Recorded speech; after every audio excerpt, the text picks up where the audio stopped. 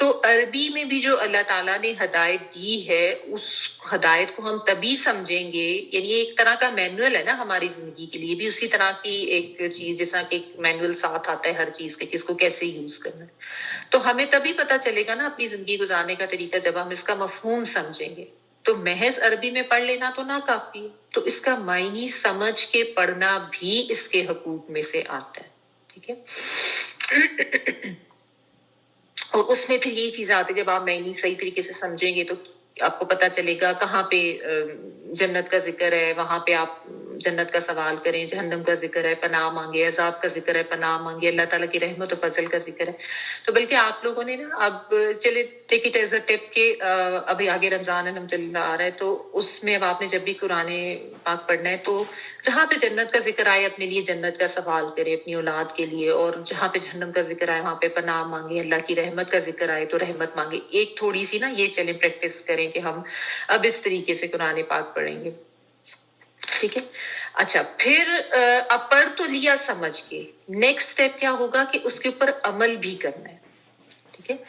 یعنی فائدہ تو تب بھی ہے نا کہ جو پڑھا ہے اس کو پھر اپنے عمل میں بھی لایا جائے۔ اگر پڑھ کے ایسے ہی چھوڑ دیا، ایسے ہی مطلب ایک کان سے سن کے دوسرے کان سے نکالنے والی بات کی، تو پھر تو اس پڑھے کا فائدہ ہی نہیں ہے کہ اگر وہ ابزارب ہی نہیں کیا، اندر ہی نہیں گیا، انسان نے اس سے کچھ سیکھا ہی نہیں، ٹھیک ہے نا۔ تو یہ بھی سمجھنا ضروری ہے کہ اس کتاب کو اپنا امام بنا لے۔ امام وہ ہوتا ہے نا جس کی پیروی کی جائے، وہ تلا یتلو تلون والی جو میں آپ کو بتا رہی ہوں، کہ اس کو ہر طریقے سے پھر اسی کے مطابق اپنی زندگی کو گزارے، یعنی صحیح معنوں میں اس کے اوپر عمل کیا جائے۔ اور وہ بھی تبھی ہو سکتا ہے جب انسان غور سے سنے گا، اگر آپ کہیں سے سن رہے ہیں، یا توجہ سے اس کے اوپر اس کو پڑھے گا کہ اللہ تعالیٰ نے اس میں کیا بتایا اور مطلب اس کا سمجھے گا، تو پھر ہی اس کے احکامات کے اوپر صحیح طریقے سے انسان عمل کرے گا نا۔ تو عمل ضروری ہے، یعنی ایمان اور عمل ساتھ ساتھ مشروط ہیں، یہ دونوں چیزیں، دونوں ایک دوسرے کے بغیر نامکمل ہیں۔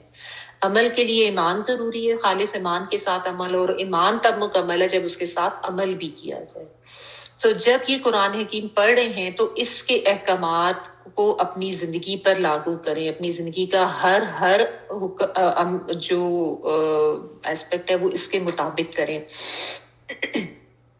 یعنی جب ہم کہتے ہیں نا کہ ہم اللہ تعالیٰ کی بندگی کرتے ہیں، اللہ کے عبد ہیں، تو وہ بندگی نہیں ہو سکتی جب تک کہ ہم عمل کی طرف نہیں آئیں گے۔ زبانی اس کے دعوے تو ہم ساری کرتے ہیں، زبانی دعوے دار تو سبھی کہتے ہیں کہ ہم مسلمان ہیں، مسلمان کا مطلب ہی نہیں سمجھتے۔ جب آپ نے کہا کہ مسلمان ہے یعنی ہم اللہ کے فرما بردار، تو فرما برداری کا تو تعلق ہی عمل سے ہے نا۔ جب عمل میں ہی نہیں وہ چیز ہوگی تو محض یہ سمجھ لینا کہ ہم مسلمان گھرانے میں پیدا ہوئے ہیں، کلمہ ہم نے پڑھا ہوا ہے، باقی ہمیں کچھ نہیں پتا کہ نہ ہماری عبادات کس طرح کی ہیں، نہ ہمارے دیگر اعمال کس طرح کے، اور ہم نے کیا کیا کچھ کرنا ہے، وہاں پہ ہر کوئی اپنی مرضی کرے، اپنی خواہشات کے تابع ہو۔ تو یہی تو چیز اللہ تعالیٰ بتا رہے تھے، جیسا پچھلی آیت میں بھی کہا وَلَئِنِ اتَّبَعْتَ أَهْوَاءَهُمْ بَعْدَ الَّذِي جَاءَكَ مِنَ الْعِلْمِ، یعنی بعد الذی جاءک من العلم۔ اس میں بھی میں نے آپ کو کہا تھا کہ اپنے آپ کو رکھ کے سوچیں کہ علم آ گیا ہے، اللہ تعالیٰ نے بتا دی کہ ہدایت یہی ہے اب جو میں نے بھیج دی ہے، ہم سب کے پاس یہ علم ہے، ہم سب کے پاس یہ قرآن حکیم ہے، لیکن ہم نے اس کو جو ہے نا بس کوئی بات ہے کہ لپیٹ کے الماریوں میں رکھ دی ہے، بہت زیادہ عزت و تکریم اس کی کر دی ہے۔ پیروی کس چیز کی کریں؟ اہواءہم، اپنی خواہشات کی۔ عمل ہم نے اس کے مطابق ہی کرنا ہے، کیونکہ ہم اپنے نفس کو کنٹرول نہیں کر سکتے، ہم اپنی زندگی کے طریقوں کو نہیں بدل سکتے، ہم اپنی پسند ناپسند کو اللہ تعالیٰ کے مطابق نہیں کر سکتے، اتنا زیادہ ہم اپنی زندگیوں میں مگن ہیں اور اپنے نفس کے پیچھے لگے ہوئے ہیں۔ تو پھر آپ خود سوچیں نا کہ جب یہ حالات ہوں گے تو پھر کیسے عمل ہوگا؟ تو بات یہ ہے کہ بہت سے لوگ ایسے ہوتے ہیں جو مطلب پڑھ بھی لیتے ہیں، جی ہم نے دورہ قرآن اٹینڈ کر لیا، لیکن وہ اندر نہیں اتارتے، اس چیز کو ابزارب نہیں ہوتی ان کے اندر، عمل میں نہیں آتا ان لوگوں کے۔ تو جب تک عمل نہیں بدلے گا اس قرآن حکیم کو، پڑھتے رہنے کا کوئی فائدہ نہیں ہے، سوائے اس کے کہ آپ نے اس کی وہی بات ہے کہ تلاوت کر لی تو ثواب لے لیا، برکت لے لی، ٹھیک ہے، اس سے تو انکار نہیں ہے، لیکن اس سے آگے بھی جانا، جب حق کا تلاوت ہی کی بات آتی ہے تو یہ بہت بڑا حق ہے قرآن حکیم کا کہ اس کو پڑھ کے اس کے اوپر عمل بھی کیا جائے۔ یعنی آپ بڑے عرصے سے قرآن حکیم پڑھ رہے ہیں، آپ کا اخلاق ہی نہیں بدلا، اخلاقیات آپ بھلے آپ بہت اپنی نمازوں کی پابندی کر رہے ہیں، تلاوت کی پابندی کر رہے ہیں، لیکن بعض لوگ ہوتے ہیں وہ اخلاق میں اتنے گئے گزرے ہوتے ہیں، اتنے برے ہوتے ہیں کہ کوئی چھوٹی سی بات ان کو کوئی کہہ دے تو ان سے برداشت نہیں ہوتی، کسی کے لیے ان کا کوئی ایسی ہیلپنگ نیچر نہیں ہوتی، کوئی کسی نے کوئی مدد مانگ لی، کوئی چھوٹا سا پیپر مانگ لیا، اس کی طرف نہیں آئیں گے، چھوٹی چھوٹی سی باتوں پہ جیسا بعض لوگوں کی عادت ہوتی ہے تانے دینا اور جھوٹ بولنا اور اعتراضات کرنا، مطلب اس طرح سو مینی تھنگس چھوٹی جو کہ آپ اگر دیکھیں اپنی ڈیلی لائف میں اخلاق کے اوپر بات اس لیے کریں کہ عبادات کی طرف عموماً لوگ آ جاتے ہیں، لیکن جہاں پہ حقوق العباد کا مسئلہ آتا ہے نا، اور اخلاق میں بھی بالخصوص اپنے گھر والوں کے ساتھ اخلاق، دوسرے لوگوں کے ساتھ تو پھر بھی ہم لوگ بہت اچھے ہو جاتے ہیں نا، کیونکہ ان میں کوئی ایسا ادروائز کوئی چیز ایٹ اسٹیک نہیں ہوتی یا کچھ ایسا اتنا زیادہ انٹریکشن نہیں ہوتا، جہاں پہ اپنے قریبی ارد گرد کے لوگ، فرض کریں گھر کے بچے ہیں، شوہر ہے، بہن بھائی ہیں، جو امیجیٹ جو ہوتے ہیں ان کے ساتھ اچھا اخلاق دکھانا وہ اصل امتحان ہوتا ہے انسان کا سب سے بڑا، کیونکہ ان کے ساتھ دن رات کا اٹھنا بیٹھنا اور انٹریکشن ہوتا ہے، اور اکثر لوگ جو ہے وہ اس چیز میں بالکل زیرو ہوتے ہیں، باہر لوگوں کے ساتھ بہت خوش اخلاق ہوں گے، فرینڈس وغیرہ کے ساتھ گھر آتے ساتھ ہی ان کا عجیب سا رویہ ہو جائے گا، تو اس چیز کو بھی چیک کریں، یہ بھی قرآن کے احکامات کے برخلاف عمل کرنا ہے اگر اخلاق ٹھیک نہیں ہے۔ محض عبادات نہیں چاہیے اللہ تعالیٰ کو، محض حقوق اللہ نہیں ہے، ساتھ حقوق العباد بھی ہے، ٹھیک ہے، اور اس کے علاوہ بھی وہی بات حرام حلال والی بھی آ جاتی ہے اور بہت سی چیزیں، ٹھیک ہے، تو عمل بھی کرنا ہے، اور پھر عمل کر لیا تو اس کے بعد جو ہے اس کو پھر آگے پہنچانا، یعنی یہ بھی ہم لوگوں کی ذمہ داری ہے حاملین کتاب کی کہ اس کو آگے بھی پہنچائیں، آگے بھی بتائیں، جس حد تک، اب ضروری نہیں ہے کہ اب ہر کوئی کہ جی میں کیسے اب کوئی کلاس شروع کروں، اپنے عمل سے ثابت کریں، اپنے عمل سے آگے کریں، اور جو لوگ آپ کی ذمہ داری میں ہیں، اپنے بچوں سے میں ہمیشہ یہ بات کہتی ہوں وہاں سے سٹارٹ کریں کہ وہ آپ کی ذمہ داری میں ہیں، ان تک پہنچائیں قرآن حکیم کے احکامات اور اس کی انڈرسٹینڈنگ، اس کا ترجمہ اور تفسیر، وہاں تک تو ہم سب کی رسائی ہے، تو ہم سبھی مائیں کر سکتی ہیں نا، اور اس کے علاوہ آن اینڈ آف آپ کسی وقت بات کرتے ہوئے کوئی اچھی بات پڑھی آپ کے اپنے اسپاؤسز تک، اپنے بہن بھائیوں تک، اپنے فرینڈز تک، کسی سے بھی آپ بیٹھیں کسی گیدرنگ میں بات کرتے ہوئے کریں، جس حد تک جس کی جتنی رسائی ہے اپنے حد تک اس چیز کو آگے پہنچائیں، ٹھیک ہے، تو یہ بات ہے کہ حق کا تلاوت ہی کو اچھی طرح سے سمجھنا ہے، اور ہم لوگ یہ بھی اس چیز کا بھی احساس کریں کہ یہ ہمارے اوپر فرض ہیں، یہ جو یعنی قرآن کے حقوق ہے ہمارے اوپر، یہ ہمارے فرائض ہیں، اور اگر ہم اس کو ادا کریں تو کوئی ہم احسان نہیں کر رہے ہیں اللہ تعالیٰ کی ذات کے اوپر یا کسی کے اوپر، یہ تو ہم مطلب اس کو ہم کو بہت بڑا کارنامہ نہ سمجھے کہ ہم یہ سمجھے واہ جی ہم نے تو بڑا قرآن ترجمے تفسیر سے پڑھنا شروع کر دیا ہے تو ہم تو بڑے جو ہیں وہ دوسروں سے اوپر ہو گئے ہیں، ہم اپنا فرض ادا کر رہے ہیں، اس کے بغیر تو یعنی کوئی آپ کہہ لیں کہ ہمارے مسلمان ہونے کہ کوئی فائدہ نہیں ہے، کوئی چیز ادا ہی نہیں ہوتی، یہ تو ایک ہمارے بیسک فرائض میں سے ہے کہ اگر ہم اس کو سمجھ کے پڑھ رہے ہیں تو ہم اپنی بیسک ذمہ داری ادا کریں، تو کوئی یہ نہ سمجھے کہ میں نے تو بہت بڑا کارنامہ کر لیا یہ پڑھ کے، یا میں تو بہت بڑا عالم ہو گیا ہوں، یا میں بہت بڑا کوئی احسان کر رہا ہوں، کسی کو بڑا کارنامہ، ایسا کچھ بھی نہیں ہے، ہم اپنا فرض ادا کریں، اپنی ذمہ داری پوری کریں، اور وہ بھی ہم صحیح طریقے سے ادا کر ہی نہیں سکتے، قرآن حکیم کا حق تو صحیح طریقے سے ادا ہو ہی نہیں سکتا، لیکن کوشش ہماری پوری ہونی چاہیے، ٹھیک ہے۔ ایک نظم ہے میں آپ کو پڑھ کے بتاتی ہوں، جس کا ٹاپک ہے قرآن کی فریاد، شاید آپ نے پڑھی بھی ہو، قرآن کے حوالے سے کہ قرآن حکیم جو ہے وہ کیا کہہ رہا ہے۔